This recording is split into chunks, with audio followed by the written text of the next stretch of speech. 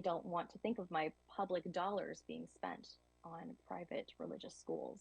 I mean, this is the thing that gets me. They're willing to spend all of this money on destroying public education, but they won't spend that money to make it better. Look, the public education system has some problems. It's underfunded. It needs more funding. And all we hear from the Republicans is, well, we can't throw money at it. Yeah, you can't throw money at every problem, but ones that need money, it helps. And I look at a lot of our problems, it comes down to the lack of resources, class size is too large, a lot of things that we could do that we're just not because the motive here, and you disagree with me if you need to, but the motive here is to destroy public education so that we can go back to a good segregated school system. Because again, on this day, sadly, in this era, it's still about black and white. It definitely is. Where I teach in my community, we have a private school that opened in the 1970s, specifically when integration started.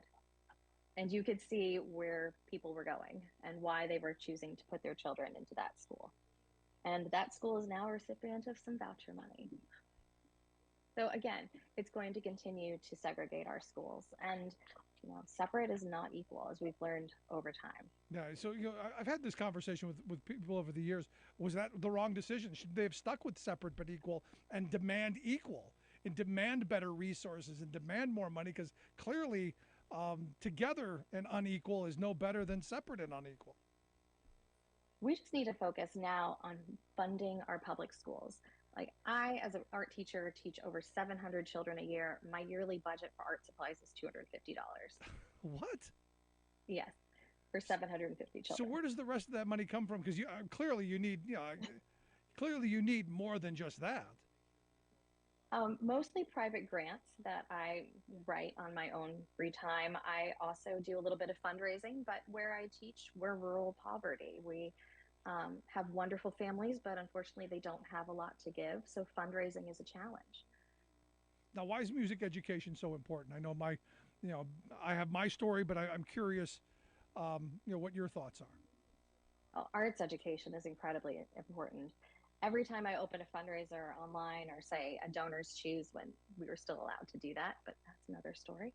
Um, I would receive letters from people across the country, even the world, saying, arts education saved my life. I wouldn't have made it through a day if it hadn't been for my theater teacher or my high school art, ceramics teacher.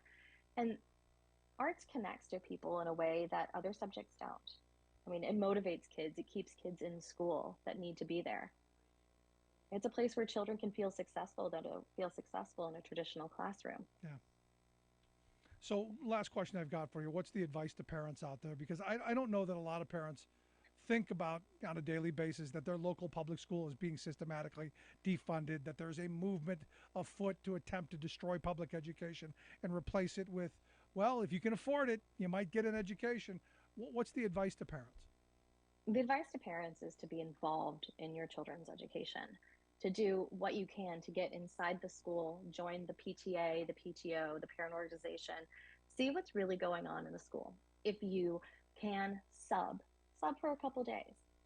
You can really get a feel of what's going on inside a school if you're walking the halls with the students. Well, good stuff, Catherine. I appreciate you taking some time for us. Keep up the great work. I thank you for the work that you do, and I appreciate your time.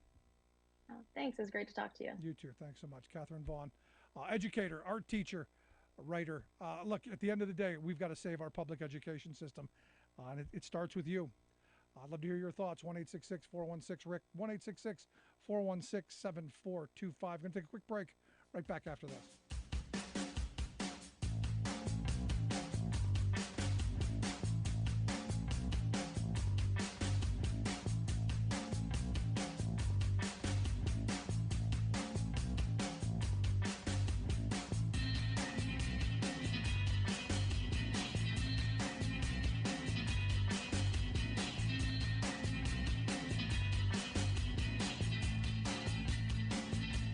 I'm Rick Smith, and this is Labor History in 2.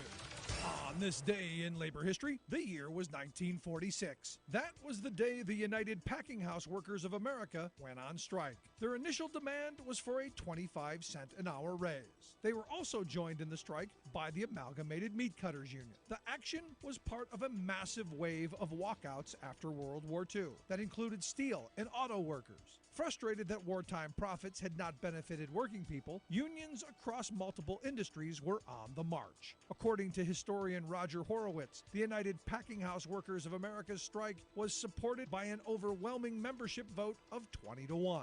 For 3 months before the strike, the membership prepared. The strike was planned with the strategy of strong local rank-and-file organizing. Membership was encouraged to participate in mass pickets, as well as in building community support for the action. This grassroots organizing proved a successful tactic. The strike cut meat production across the country by 50%.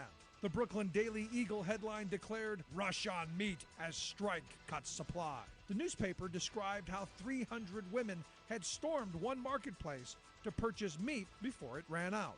Alarmed by the consumer shortages, President Harry S. Truman stepped in. On the 10th day of the strike, by the authority of the War Labor Disputes Act, he ordered the workers back to their jobs. President Truman ordered a commission to study their demands. In the end, the commission awarded the workers a 16-cent an hour raise. Although it fell short of the quarter-an-hour demand, it was the largest increase ever won in the industry. It was also the first successful strike by the meatpacking workers. The workers had shown how local solidarity could demonstrate the power of labor. For more information, go to laborhistoryin2.com, like us on Facebook, follow us on Twitter at laborhistoryin2. You're listening to The Rick Smith Show, where working people come to talk.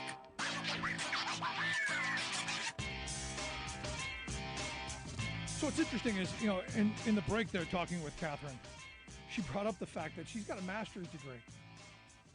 A master's degree, and it took her getting a master's degree and over a decade to just make $50,000 a year. You wonder why people are leaving the education profession. You wonder why we have, I think I read a story, 400,000 teachers nationwide were short. You wonder why?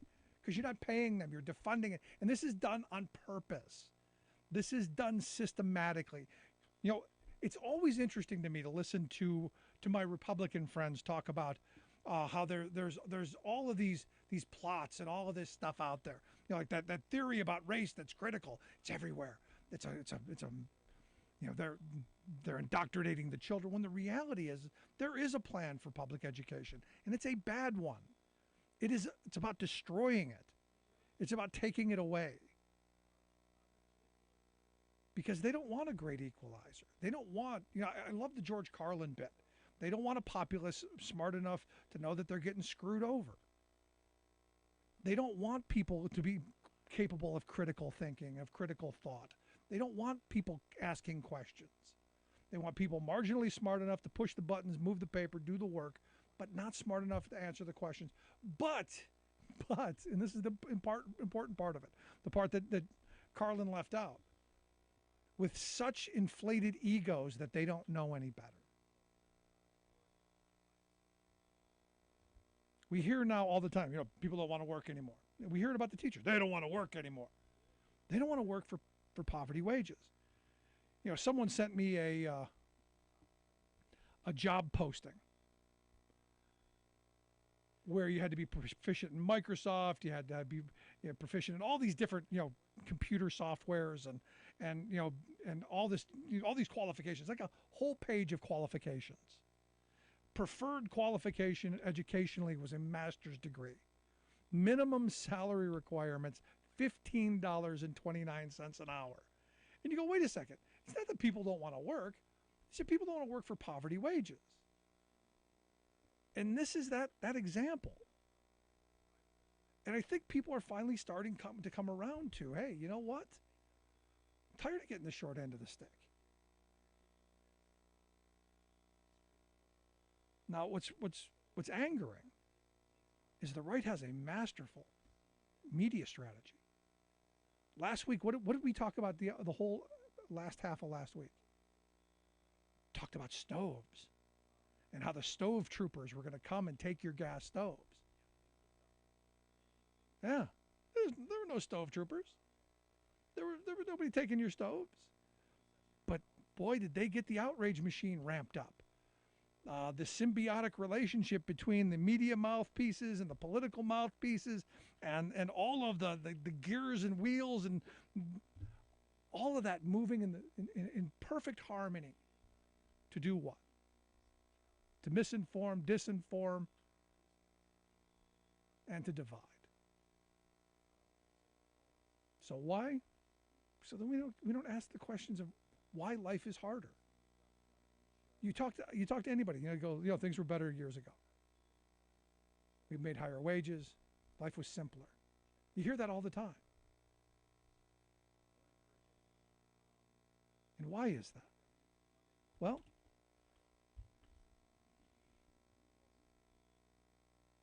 because the share of the economy was, and I keep coming back to this because this is the true north for me. The share of workers being able to participate in the economy was much greater. You had much stronger unions, you had stronger bargaining power, you had stronger ability to participate. You had a tax code that said, you know what, we're going to invest in things like education. We're going to ensure that the things, I think back to when I was in school, and I went to a working class high school. They had a shop class. They had, whatever you needed. You didn't have to pay to play sports. You didn't have to pay to be in any of the extracurriculars. They were all there. I look at my kids now and the opportunities they have to engage in extracurricular activities and school functions, not there. And for me, this is part of that experience of education, of bringing people in to be part of a society that's being destroyed. Because this is Education Choice Week. This is Choice Week, which is why Sarah Huckabee Sanders was on TV going, we're going to destroy that public education and give you the choice of a private school. Not the one that she would send her kids to, not the private schools that the 1% send their kids. No. Not those private schools. Private for you.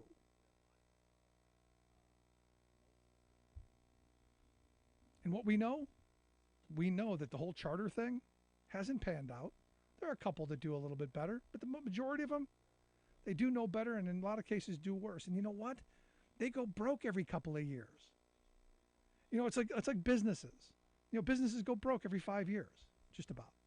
Most startups fail within 5 years. Same thing with charter schools. Only we keep propping them up with a lot of rich people money that we used to tax and use for education.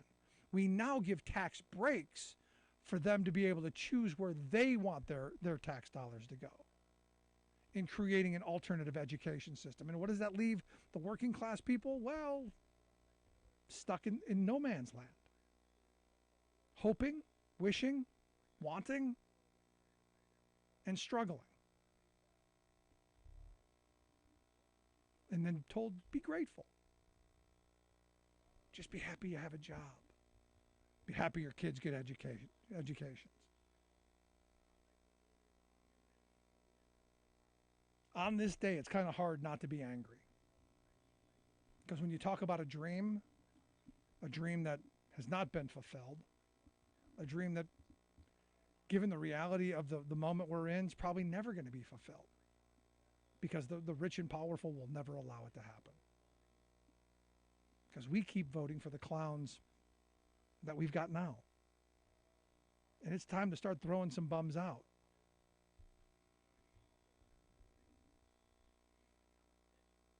I mean, seriously.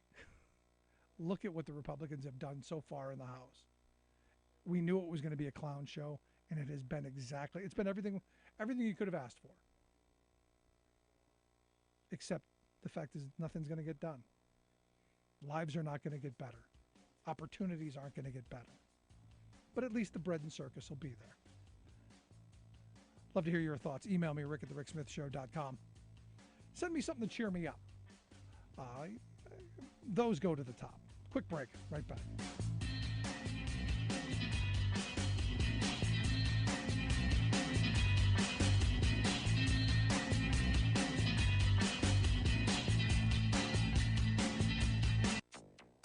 This past year, we saw pretty much everything that climate change has to throw at us. Extreme weather cost the U.S. more than $1 trillion in just 7 years.